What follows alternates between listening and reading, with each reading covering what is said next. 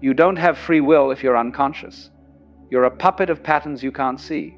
The unconscious directs, and you call it destiny because you can't see the director.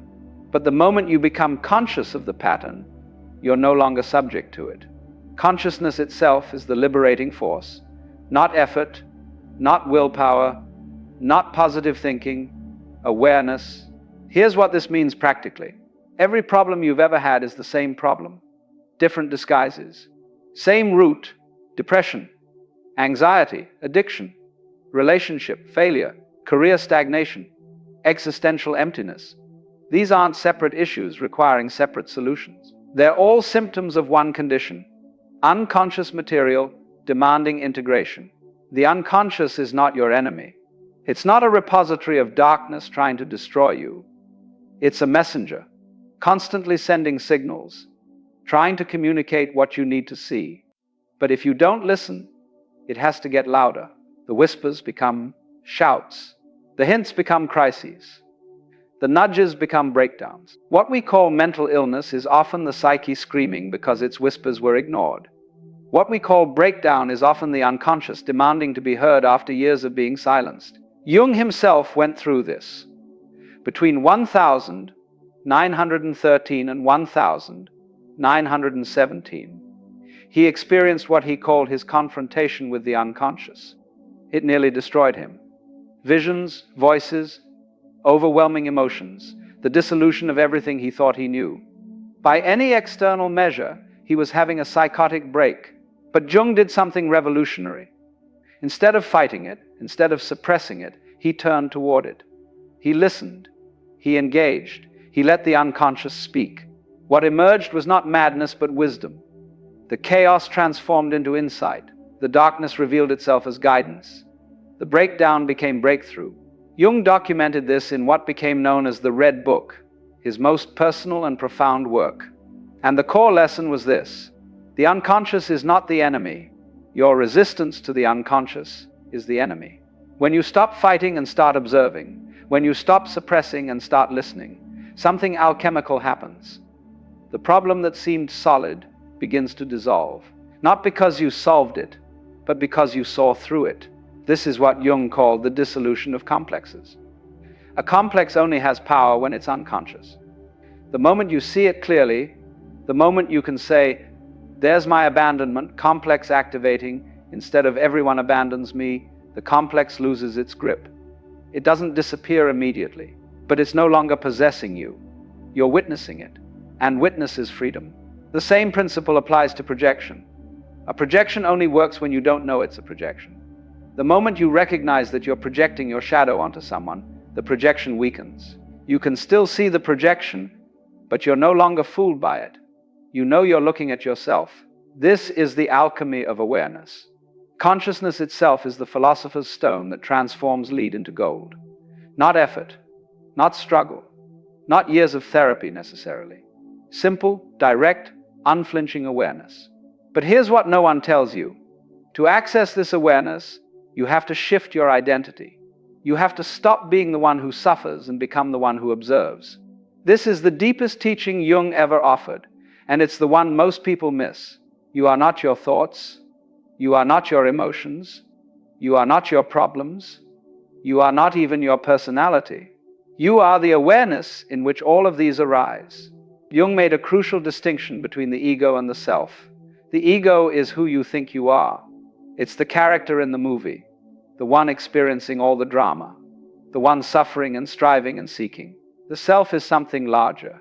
It's the consciousness that contains the ego, the screen on which the movie plays, the silent witness watching everything unfold. When you identify with the ego, every problem feels personal.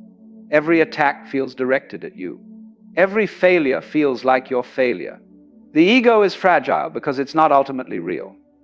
It's a construction, a useful fiction that allows you to navigate the world. When you shift identification to the self, something profound happens. Problems don't disappear, but your relationship to them transforms. You're no longer the one drowning. You're the ocean in which drowning happens. You're not the one suffering. You're the space in which suffering arises. This isn't dissociation. This isn't spiritual bypassing. This is the natural state that every wisdom tradition has pointed toward. The witness, the observer, the awareness that cannot be disturbed because it has no form to be disturbed. Jung saw this in his patients who achieved what he called individuation. They didn't become superhuman. They didn't transcend their problems. They became able to hold their problems without being consumed by them. They could say, "I notice anxiety arising," instead of, "I am anxious." This subtle linguistic shift reflects a massive psychological transformation. You are not depressed. Depression is happening within the field of your awareness. You are not afraid. Fear is moving through the space that you are. You are not your trauma. Trauma is stored in a body and mind that you witness. When this lands, the compulsive search begins to end. This brings us to the final truth, the one that could make this the last video you need to watch. Every external search is misdirected. The guru you seek is inside. The wisdom you chase is your own. The answer you've been hunting your entire life has been waiting patiently within, obscured only by your certainty that it must be somewhere else. Jung understood this deeply. He called it the phenomenon of transference, but it applies far beyond the therapeutic relationship. When you find a teacher who seems to speak directly to your soul, when a book feels like it was written specifically for you, when a video seems to contain exactly what you needed to hear, something real is happening, but it's not what you think. You're not receiving wisdom from outside. You're projecting your own inner wisdom onto an external figure so that you can hear it. The teacher is a mirror. The book is a screen. The video is a surface onto which you cast your own knowing. This is why the best teachers always say the same thing in different words. You already know.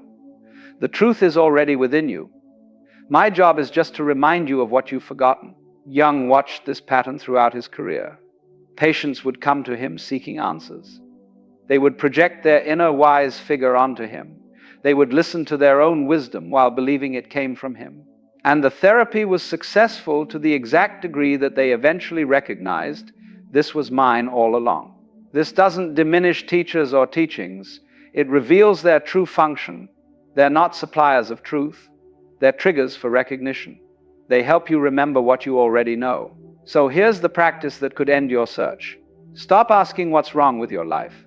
Start asking what your life is trying to show you. That situation that keeps repeating? Ask what your unconscious is trying to make conscious through the repetition. That person who triggers you? Ask what part of yourself you've projected onto them. That emotion that keeps arising? Ask what message it's carrying from depths you've ignored. That pattern you can't break? Ask what complex is directing the drama until you finally see it. Everything is communication. Everything is your psyche trying to wake you up. The problems are not obstacles to your growth. They are your growth disguised as obstacles. This is what Jung meant when he said there is no coming to consciousness without pain. Not because suffering is necessary, but because your unconscious uses discomfort to get your attention. If you were comfortable in your sleep, why would you ever wake up? So here's the final paradox, the one that closes the loop. You are the seeker, and you are the sought. You are the one searching for truth, and you are the truth that's been waiting to be found. The journey of individuation, Jung's term for psychological wholeness, is not about becoming something new. It's about becoming what you already are, removing the masks, not adding new ones, dissolving the false selves, not constructing better ones, recognizing, not achieving. If this lands, and I mean really lands, something permanent shifts. Not because I've given you anything, but because you've recognized something that was always yours. The search doesn't have to continue forever, not because you've found the answer outside, but because you've realized the answer was never outside to begin with. The projector has always been within you. The screen has always been within you. The audience, the director, the entire theater within you. And the one who realizes this? Also you, the deepest you. The one who was never lost, never seeking, never suffering. The witness that remains when all the dramas end. This is what Jung spent his life pointing toward. This is what every authentic teaching ultimately reveals.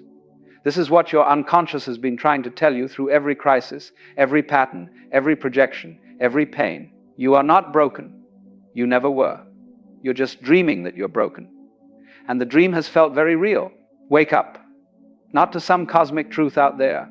Wake up to yourself, the self that dreams the dream, the self that projects the movie, the self that has been waiting patiently, eternally, for you to turn around and recognize. This might be the last video you need to watch, not because it contains the ultimate answer, but because it points you toward the only place the answer has ever been, within. If this recognition is beginning, if something in you knows that what I'm saying is true, subscribe to this channel where we explore Jung's insights for those ready to stop seeking and start seeing. Watch the video appearing on your screen now about the shadow and how to recognize your own projections in daily life. Remember, you're not here to find the answer. You're here to recognize that you are the answer. And that recognition changes everything.